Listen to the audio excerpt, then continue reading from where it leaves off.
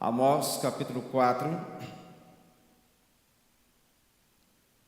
Esse é o momento da pregação da palavra de Deus. Todos encontraram?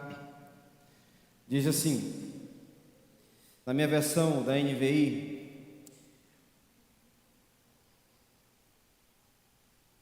deixa eu só ajudar o Elvis aqui, que ele fala que ele olha com os olhos, deixa também para mim. Pronto, Elvis. Ouçam esta palavra, vocês, vacas de Bazã, que estão no monte Samaria, vocês que oprimem os pobres e esmagam os necessitados, e diz aos senhores deles: tragam bebidas e vamos beber. O Senhor, o soberano, jurou pela sua santidade: certamente chegará o tempo em que vocês serão levados com ganchos, e os últimos de vocês com anzóis.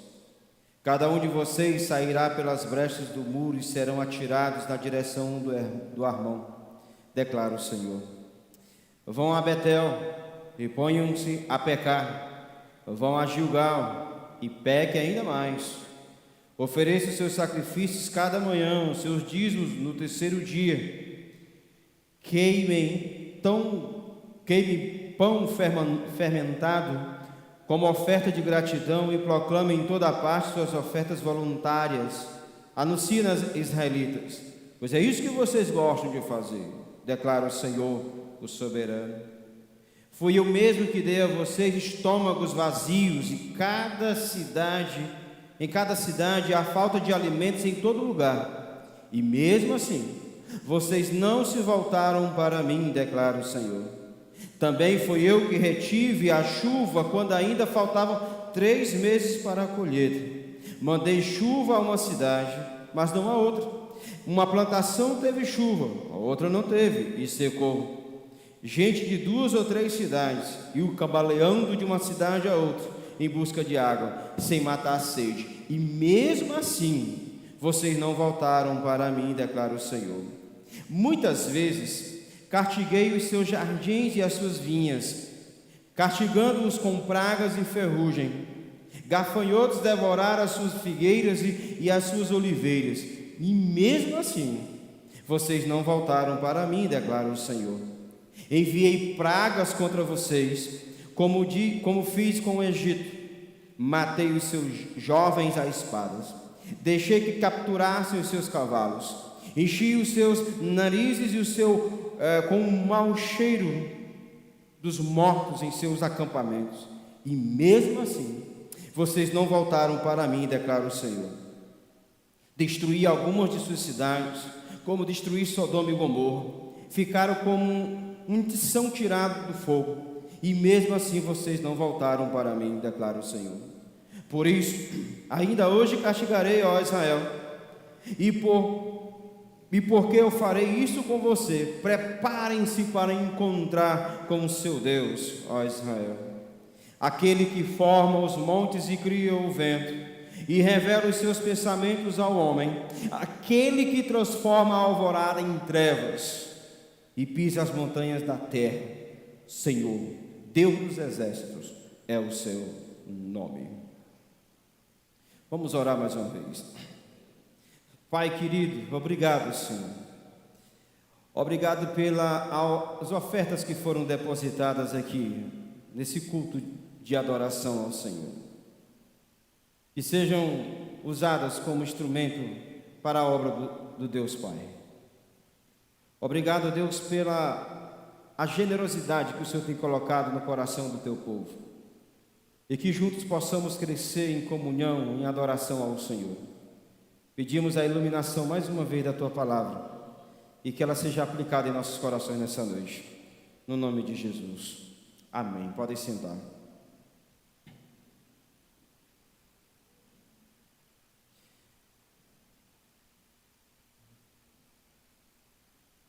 Dia 9 de agosto, sexta-feira, um avião com 58 passageiros e 4 tripulantes, totalizando aí 62 pessoas a bordo. Esse avião caiu num condomínio no bairro Capela, em Vinhedo, São Paulo, e não houve nenhum sobrevivente. Os irmãos acompanharam essa notícia. Segundo as informações do G1, o avião que saiu de Cascavel às 11h58, ele iria destino a Guarulhos. Segundo a Força Aérea Brasileira, o voo ocorreu dentro da normalidade, até às 13h20, guarde isso, até às 13h20. A partir das 13h21, não houve mais resposta de chamadas à Torre de São Paulo.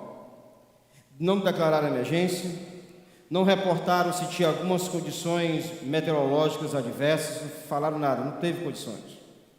A perda do contato do radar ocorreu exatamente às 13h22. 13h20, 13h21, 13h22, tudo silêncio. Aquele voo era o voo para a eternidade.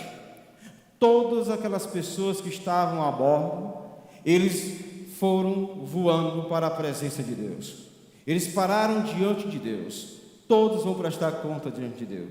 O desejo mais sincero do nosso coração como igreja é que eles tenham tido a oportunidade de se arrependerem para ter um deleite eterno na glória com o Senhor.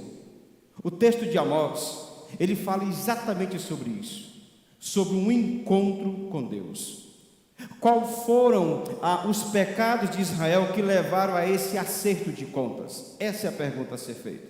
Por que Deus chama o seu povo para um acerto de contas? Qual foram os pecados? Tem um comentarista inglês, James, ele diz que os pecados, se você observar na sequência, é a opressão aos pobres, é a corrupção na adoração, é a incorrigibilidade sob divino julgamento. Então, esses pecados estavam muito nítidos dentro do povo de Israel. E eu quero chamar a sua atenção para algumas lições que o texto nos mostra nessa noite. A primeira está no seu slide aí. A perversão dos valores morais. Israel estava vivendo obstinadamente no pecado. Eles se tornaram pior do que as nações pagãs.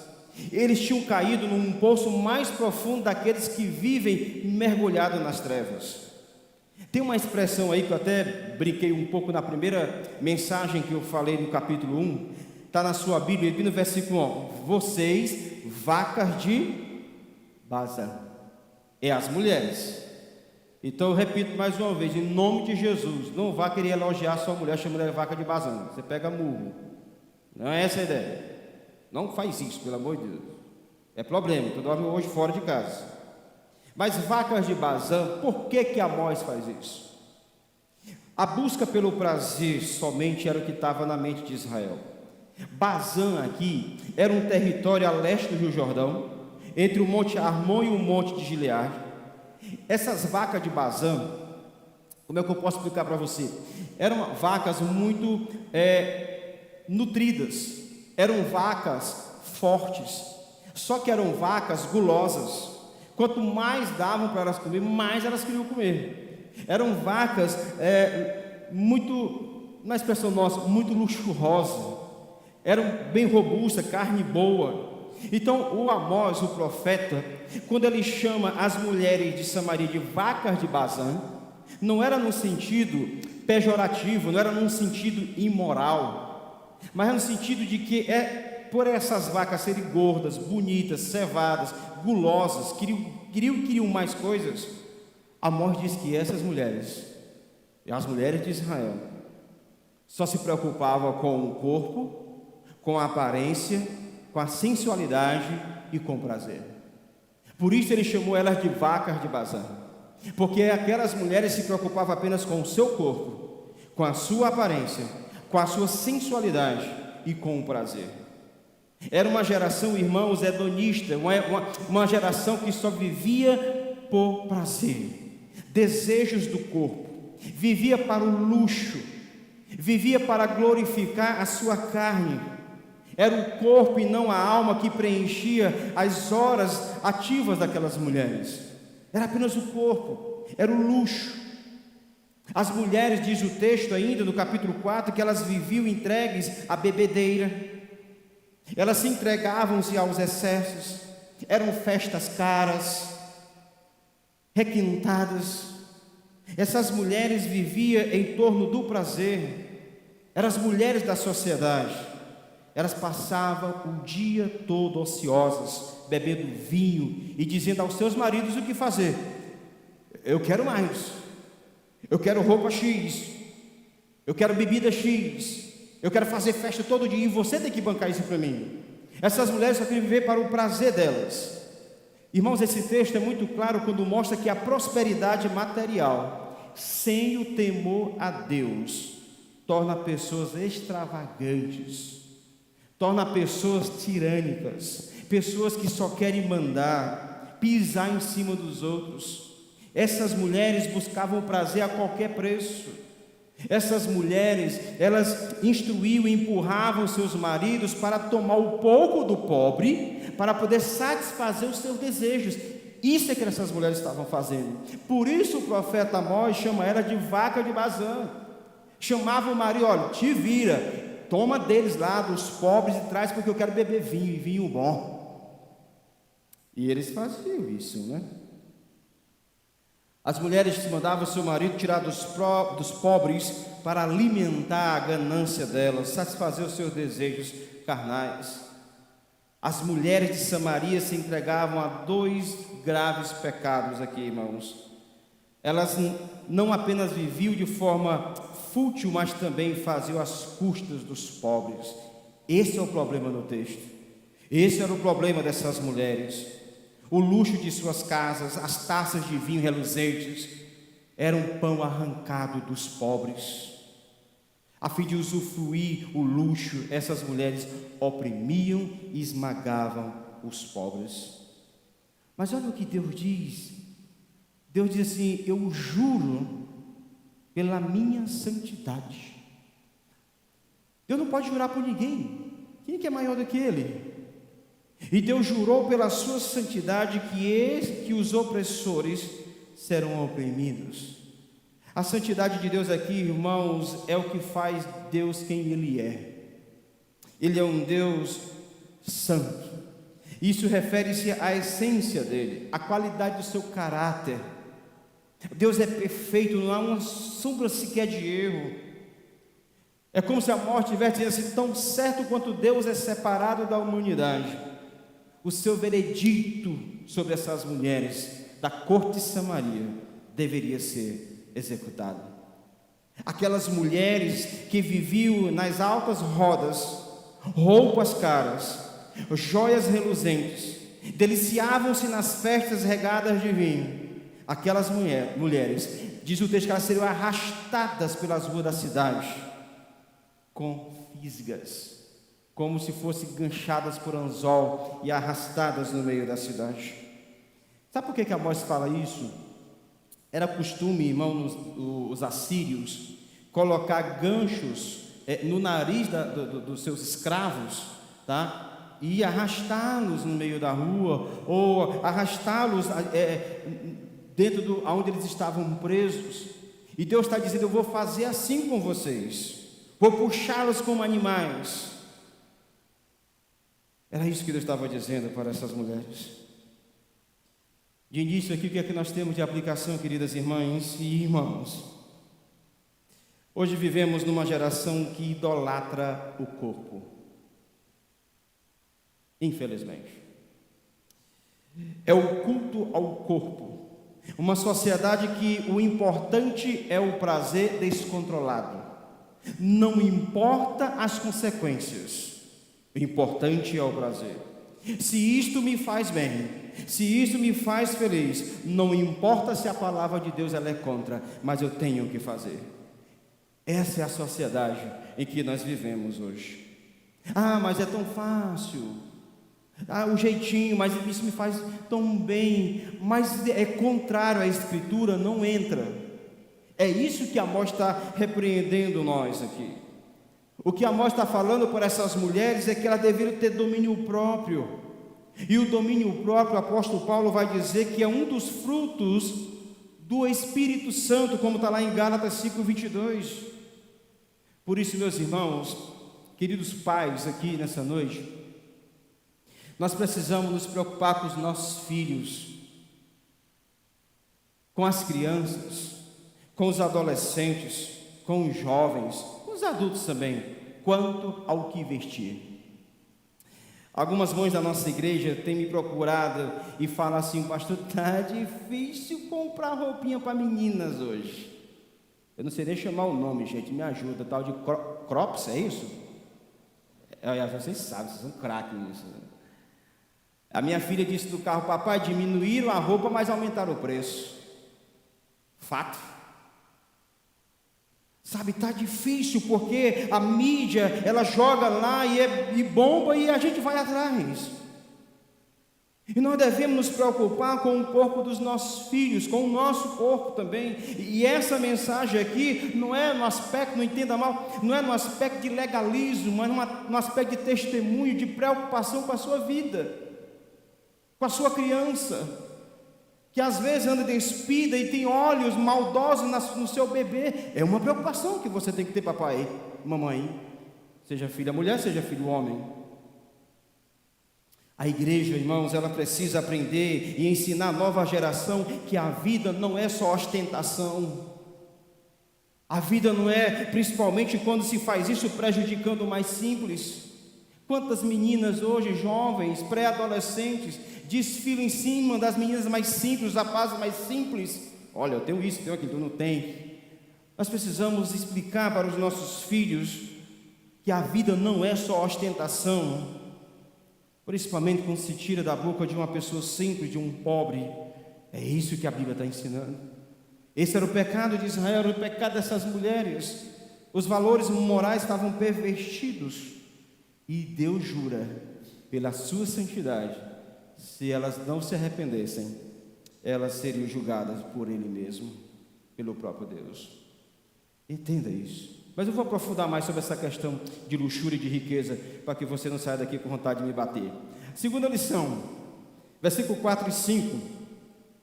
A hipocrisia na prática religiosa. Leia comigo o versículo 4 e 5, que diz assim, olha o que Amós faz. Vão a Betel, ponham-se a pecar, vão a Gilgal, pequem ainda mais. Ofereça seus sacrifícios cada manhã, os seus dízimos no terceiro dia. Queime o pão fermentado como oferta de gratidão, proclame em toda parte suas ofertas voluntárias, anuncie-nas, israelitas, pois é isso que vocês gostam de fazer, declara o Senhor.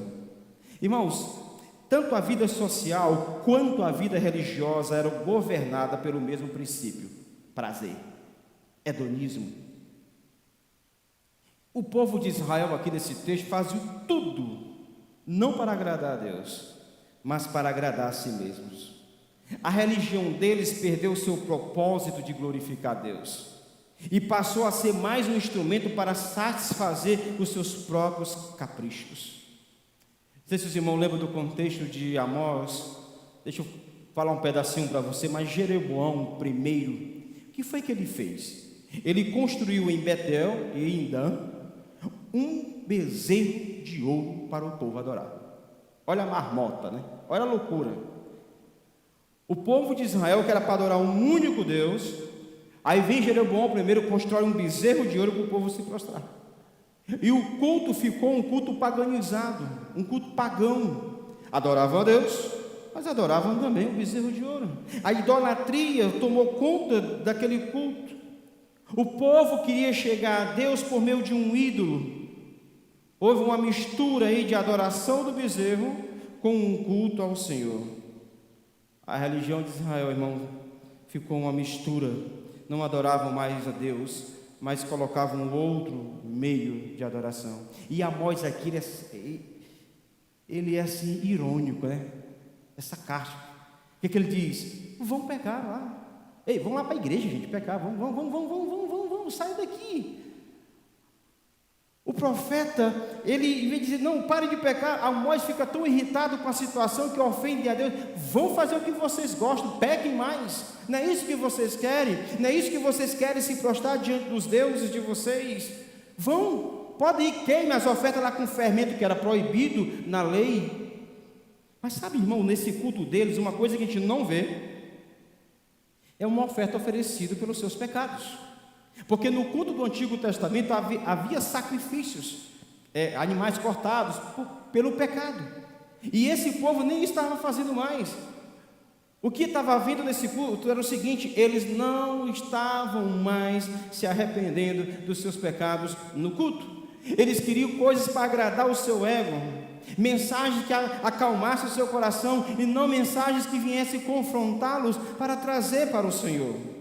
Por isso Amós diz: vão a Betel, vão pecar, vão a Gilgal, vão pecar. Sabe o pai quando pega um menino e diz assim: vai, bichinho, vai, tu quiser ir, pode ir. Meu amigo, quando a mamãe falava assim: vai, Chaguinho, se eu for, estou morto. Se disser, você que é filho aí mais jovem, se sua mãe disser assim: já te avisei, né? Então vai. Não, não vai não. Não vai não. Que se tu for, eu não sei lá se é cinto, se é chicote, se é corda, vai sobrar. Não vai não. Então o profeta ele diz assim: vão. Vocês não querem pecar? Podem ir. Não é isso que vocês gostam? Podem ir. Não era para eles terem ido, porque Deus ia julgar eles. Queridos irmãos, uma aplicação em relação a esse tema aqui. O culto público ao nosso Deus, ou ele é bíblico, ou ele é um anátema. O culto ao nosso Deus, ou ele é bíblico, ou ele é uma maldição. No livro de 1 Samuel, capítulo 15, versículo 22 e 23, diz que Deus não quer sacrifício, Ele quer obediência. Nós não podemos de forma alguma sacrificar a verdade para atrair pessoas para a igreja, e nem podemos acrescentar alguma coisa aos preceitos de Deus, porque nós gostamos dessas coisas. Não é o que eu gosto, mas é o que a Bíblia manda. Infelizmente, irmãos, o pragmatismo tem entrado em nossos cultos, em nossas igrejas, porque o pragmatismo ele se interessa naquilo que vai dar certo, e não naquilo que é certo. Esse é o problema. Não, pastor, o negócio aqui é beleza, é bacana, ok, mas não é certo. Se não é certo, cai fora. O pragmatismo busca resultados apenas, e não a verdade. Sacrifica a verdade, zomba da verdade. Quantas igrejas, irmãos, em nossos cultos, o sincretismo tem sido florescido em nossas igrejas. Práticas pagãs em cultos, que não tem nada a ver com o que a Bíblia manda fazer. Tudo isso para atrair pessoas. Cerimônias, ritos, são totalmente estranhos à Escritura. Se você olhar para o Novo Testamento, sabe o que é um culto? Louvor, cantamos, glória a Deus por isso. Orações, fizemos. Leitura, amém, fizemos. Explicação e aplicação da palavra estamos fazendo.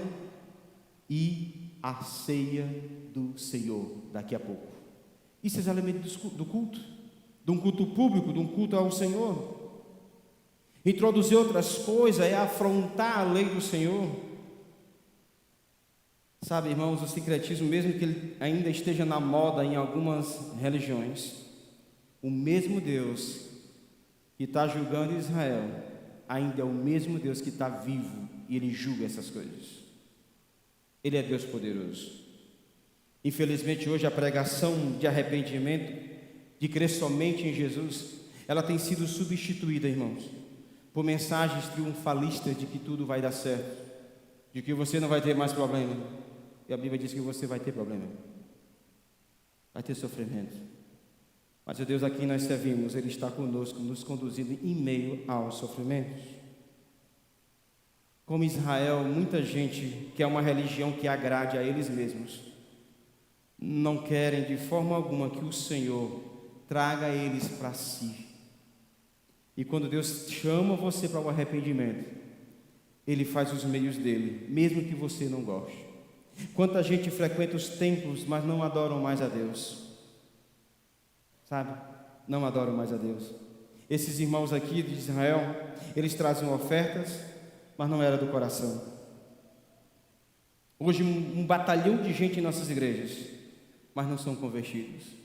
Quanta gente vai por outros motivos e não por o motivo de ser salvo em Cristo Jesus, mas de continuar a mesma vida, sem confiar na graça do nosso Deus. Esses irmãos de Israel, eles ofereciam sacrifícios com mais frequência do que a lei mandava fazer, para se aparecer. Deixa eu trazer para você entender. Eles iam para os cultos e lá faziam as selfies das ofertas. Ó, toma aqui, ó, sabe? selfies. Vai me dizer que isso não é normal em nossos cultos hoje? Veja as redes sociais.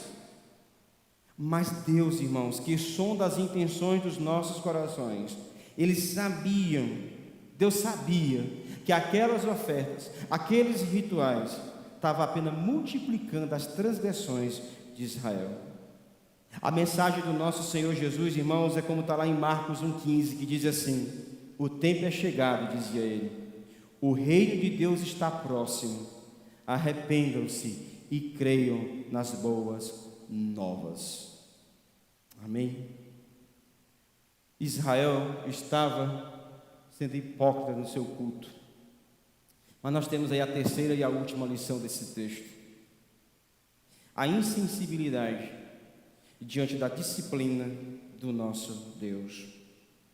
A insensibilidade diante da disciplina de Deus. Os versículos 6 a 11 revela não apenas a obstinação pecaminosa de Israel, mas revela também o incansável e o inesgotável amor de Deus por Israel, gente. O que Deus vem fazendo aqui é incrível. Ele vem chamando a atenção de Israel como um filho. Olhe para o seu texto, olha o versículo 6, olha como ele começa: fui eu mesmo que dei a vocês estômagos vazios em cada cidade e falta de alimento em todo lugar. Deus, eu mesmo fiz isso com vocês. Aí ele diz: olha, e mesmo assim vocês não se voltaram para mim. Marca aí, grifa aí o versículo 6, a parte B. Mesmo assim, Deus insistindo com esse povo.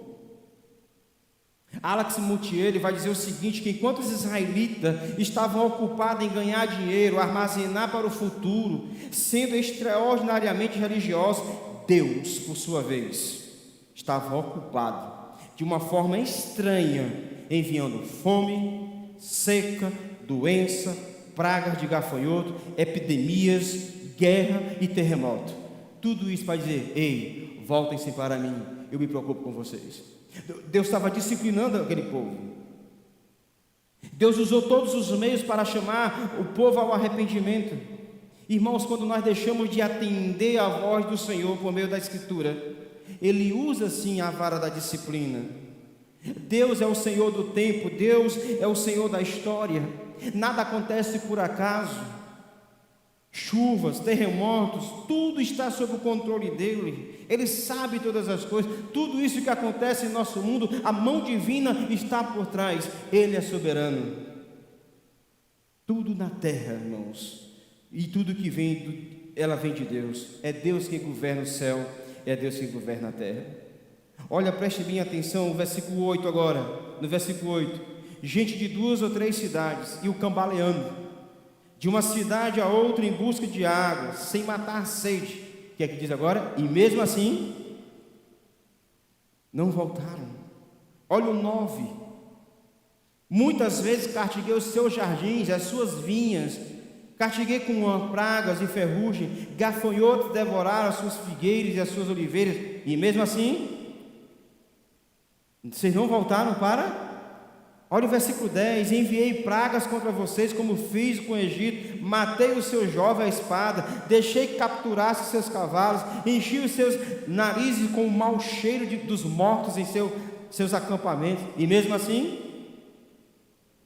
olha o 11: destruí algumas de suas cidades, como destruí Sodoma e Gomorra, ficaram como um tição tirado do fogo, e mesmo assim, gente, o nosso Cristo prometeu estar conosco até os confins da terra, e isso significa que a presença dele traz paz, segurança, mas também traz advertência. Olha para as igrejas do Apocalipse, igrejas mornas, frias, que não queriam compromisso com Deus. Ele chega e adverte: voltem. Igrejas que estavam passando por sofrimento, ele dá conforto, consolo. Mas igreja que está desobediente, ele traz advertência, repreensão, disciplina. Israel não ouviu a voz dos profetas e nem a voz da disciplina. 5 vezes, irmãos, está aí no texto, Amós fala: contudo, não se voltaram para mim, diz o Senhor. 5 vezes. A semelhança de Faraó, eles endureceram ainda mais o coração aos apelos de Deus. Pensa comigo, Deus fazendo todos os meios para atrair o seu povo para o arrependimento, e o povo virando as costas. Não é ruim quando você quer chamar a atenção de alguém, demonstrar que o ama, que tem um carinho, seja um filho, um amigo, e o cara só vira as costas, né? A mulher só vira as costas. Não é ruim, não é chato isso? Pois é, Israel estava fazendo exatamente isso. Deus buscando eles, Deus mostrando disciplina, e eles cada vez mais distantes do Senhor. Cada vez mais. Igual a Faraó, coração duro. Nem era o sofrimento e nem a abundância trazia o arrependimento naquele povo. Queridos irmãos, Deus ainda hoje, Ele usa a providência para falar com o seu povo, para chamar você e eu ao arrependimento. Fenômenos naturais, muitas vezes acontecimentos históricos, são trombetas de Deus que chamam o homem a voltar-se para Ele. Você acha que muitas vezes o problema que a gente enfrenta, muitas vezes não é nem por causa do pecado, talvez, mas na sua consciência, se você fizer o exame, é Deus chamando a sua atenção para algo. É Deus dizendo: meu filho, fica aqui, não sai de perto de mim, não sai da minha palavra, não sai da minha orientação, não sai do convívio da minha igreja, porque é aqui que eu vou cuidar de você, vou lhe sarar, vou lhe tratar, vou lhe corrigir, vai doer, mas eu vou curar. Se não me falha a memória, em Jeremias diz que Deus fere, mas é o mesmo Deus que sara.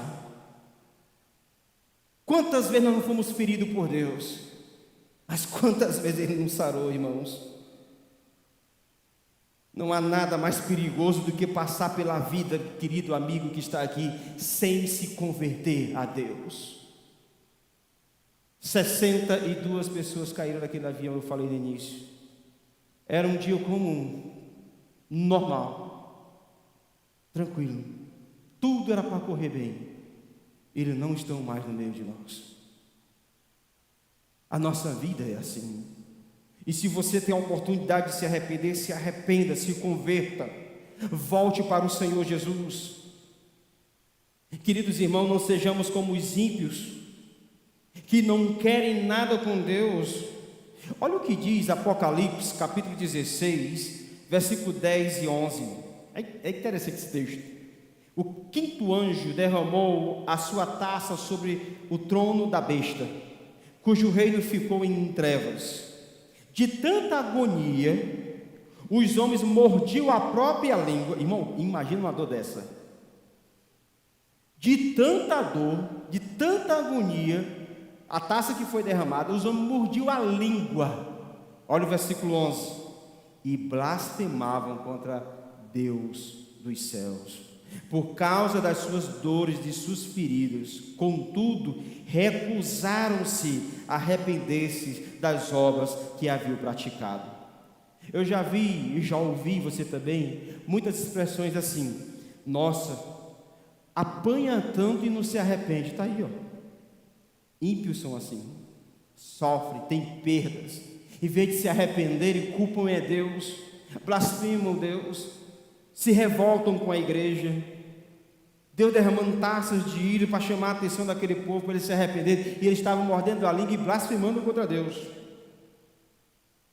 Irmãos, não esqueça do Deus que libertou vocês das trevas para a maravilhosa luz. Não esqueça do Deus que te livrou da ira dele para ter paz com ele. Por isso o chamado de Deus para Israel e para a igreja de hoje é: arrependa-se, abandone o pecado, busque forças em Cristo Jesus para você vencer, porque o Deus a quem nós servimos, a Bíblia diz em Apocalipse que Ele é o Rei dos reis e o Senhor dos senhores, é Cristo. Eu quero concluir trazendo 3 aplicações práticas, mais ainda para nós. Primeiro, não é pecado você ser rico. e gozar da vida. Não, o texto não está dizendo isso. Deus não é contra uma pessoa ser próspera, uma pessoa ter um conforto financeiro e poder desfrutar dessas coisas boas que a vida oferece. Uma boa praia para quem gosta, um bom clube para quem gosta. Tá? Não é pecado isso. Você, após o culto, convidar todo mundo aqui para comer uma pizza, não é pecado não. Tá? Não é pecado isso. A Bíblia não está proibindo isso.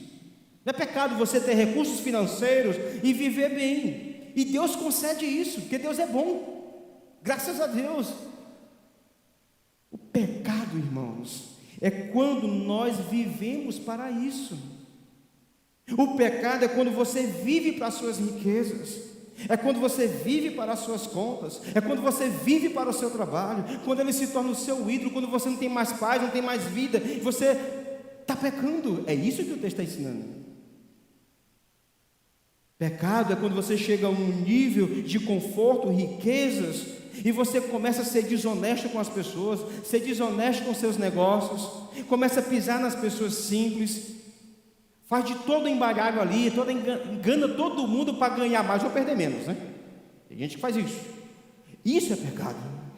É isso que Deus está corrigindo aqui, Israel. Se você é desonesto para se dar bem e ficar mais rico, o texto está dizendo que Deus jura pela sua santidade que vai botar a mão. Deus é assim, irmãos. Se Deus tem abençoado você financeiramente, louvado seja Deus. Mas não feche seus olhos para o necessitado. Não feche. Não feche os seus olhos para quem está ao seu redor precisando de ajuda. Não feche. Seja generoso. Não ofereça ajuda apenas em campanha política. Ofereça ajuda sempre que você puder ajudar. Eu não sei se você lembra que Jesus contou uma história de um homem que ele se preparou para viver, só que ele não se preparou para morrer. Que coisa, né? Ele encheu os celeiros, ele disse: agora minha alma deita e folga, vamos festejar aquela abundância. E Deus fala: insensato, esta noite pediram a tua alma, e o que tu tens preparado, para quem será? Ser rico não é problema. O problema é você viver para isso. É você viver só para isso. Vai te dar problema. Eu quero trazer outra aplicação. Primeiro, que a riqueza não é pecado. O amor, isso é que é. Segunda aplicação para nós. Primeiro, para as mulheres. Essa aplicação o Dr. Augusto Nicodemos ele fez tempos atrás. Eu fiquei curioso em ver essa aplicação mais profunda. E eu acrescentei algo que vou dizer para vocês aqui, que ficou faltando aqui. Não é que ele está errado na aplicação, ele está certo. A aplicação foi para as esposas. Mulheres, desculpa.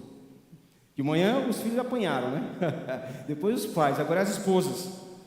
Diz assim: esposas, podem levar seus maridos a práticas desonestas, exigindo a eles um estilo de vida acima do que é possível. Por isso as esposas devem tomar cuidado com o que está exigindo do seu marido, e muitas vezes o força a fazer negócios errados para lhe dar uma vida de glamour. Fecha aspas, Augusto Nicodemos. Está certo. Muitas vezes, irmãos, muitas irmãs não são sábias no meio do contexto evangélico, e exige muita coisa financeira do seu marido, uma vida que está acima do padrão deles, e às vezes força ele a fazer coisas desonestas, negócios errados, entrar em enroladas financeiras, para poder atender os desejos exagerados das irmãs. É isso que a morte está tratando aqui. Mas, aí é que eu acrescento a aplicação minha aqui. Esposos também. Esposos podem muitas vezes levar suas esposas a ter atitudes semelhantes. Muitas vezes esposos têm até um trabalho bom, ganha bem, mas usa a sua esposa para que chegue no nível dele e força a trabalhar igual uma louca para dar conta, para ter um padrão assim, para todo mundo ficar olhando. Queridos irmãos, eu não sei se você pesquisa sobre isso, mas se você fizer apenas um Google, ou com pessoas que você conversa na cidade, quantos casais são destruídos porque os maridos arrebentaram com suas esposas no aspecto financeiro, exigindo que elas cheguem no patamar dele? Nós devemos tomar cuidado com isso.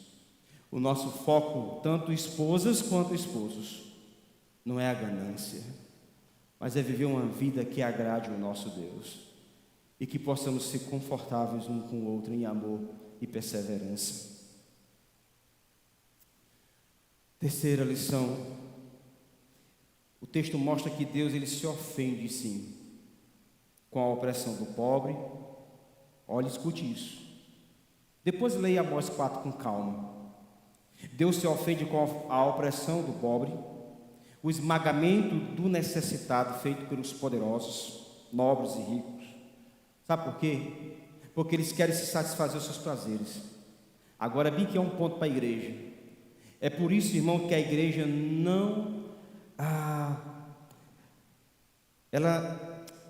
ela não se levanta com aspectos políticos.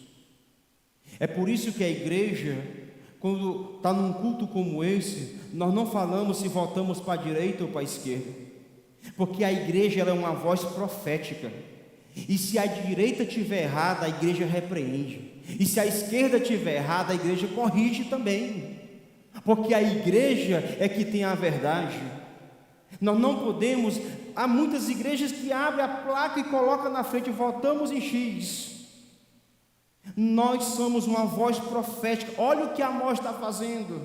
Amós está chegando diante dos poderosos, homens ricos, políticos. Ei, vocês todos estão errados.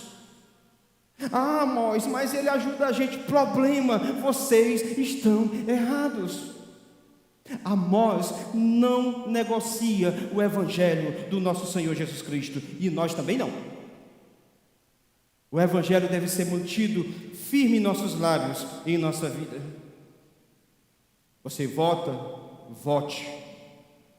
Faça sua análise, ore, observe as propostas, as palavras. Mas a igreja como um todo, ela não levanta a bandeira de um político aqui, mas ela levanta a bandeira da cruz, porque foi ele que nos salvou, irmãos. Foi Cristo. Foi Cristo. É por isso que Amós é importante e é oportuno para os nossos dias, principalmente para a igreja do nosso Senhor Jesus. Nós somos a voz profética desse Brasil, desse estado e dessa cidade.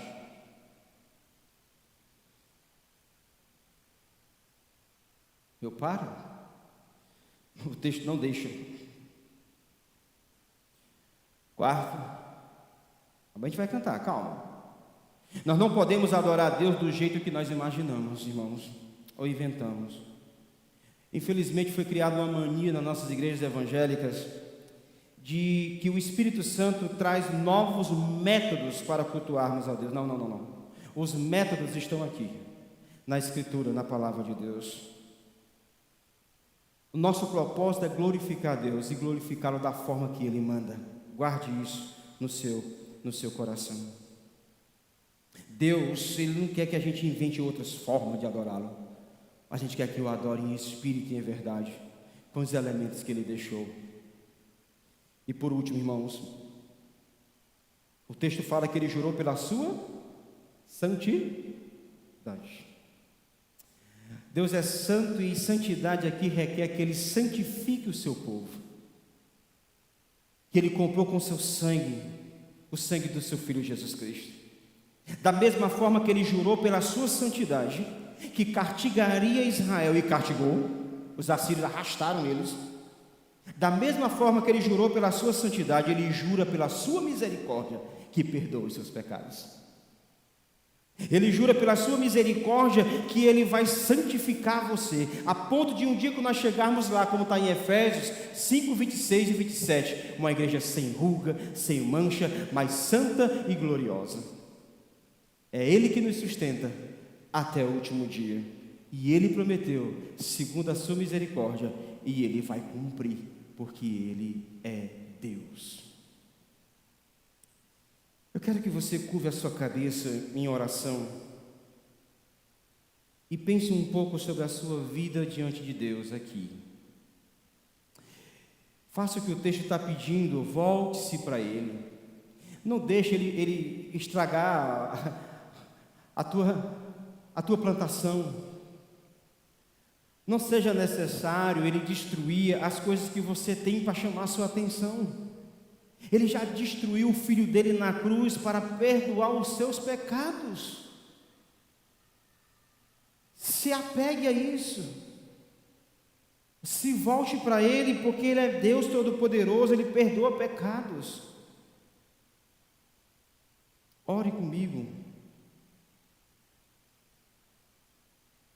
Santo Deus, graças ao Senhor nós estamos vivos, somos salvos.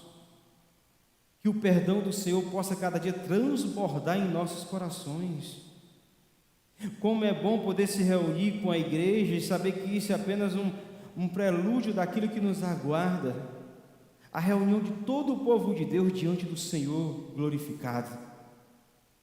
Pai, te louvamos pela bondade e pela misericórdia do Senhor. Eu te peço por cada vida que está aqui hoje, os irmãos da igreja, irmãos que nos visitam, amigos que estão aqui, que o chamado é para todos, arrependam-se dos seus pecados, que eles tenham força pela graça de Deus, de se voltar para Jesus, como o único e suficiente Salvador. Apresentamos diante de Ti também esta mesa e os diáconos da nossa igreja, para que possamos juntos aproveitar esse tempo aqui e ceiarmos, adorar o Senhor em comunidade, celebrando a morte e a ressurreição do nosso Cristo, o nosso Redentor. É a nossa oração, em nome de Jesus. Amém e amém. Amém, irmãos? Nós vamos fazer o seguinte, eu quero convidar os diáconos que vão dirigir a mesa. Silvamar vai estar louvando a Deus. A primeira canção que ele vai cantar, os diáconos vão se dirigir até você que vai ceiar. Você que já é membro de uma igreja bíblica, cristã, evangélica, já é batizado por imersão, você vai receber em sua mão, tá, os 2 elementos para a ceia, tá bom? Então você vai adorar o nosso Deus juntamente com Silvamar e, claro, participar da ceia. Pode fechar.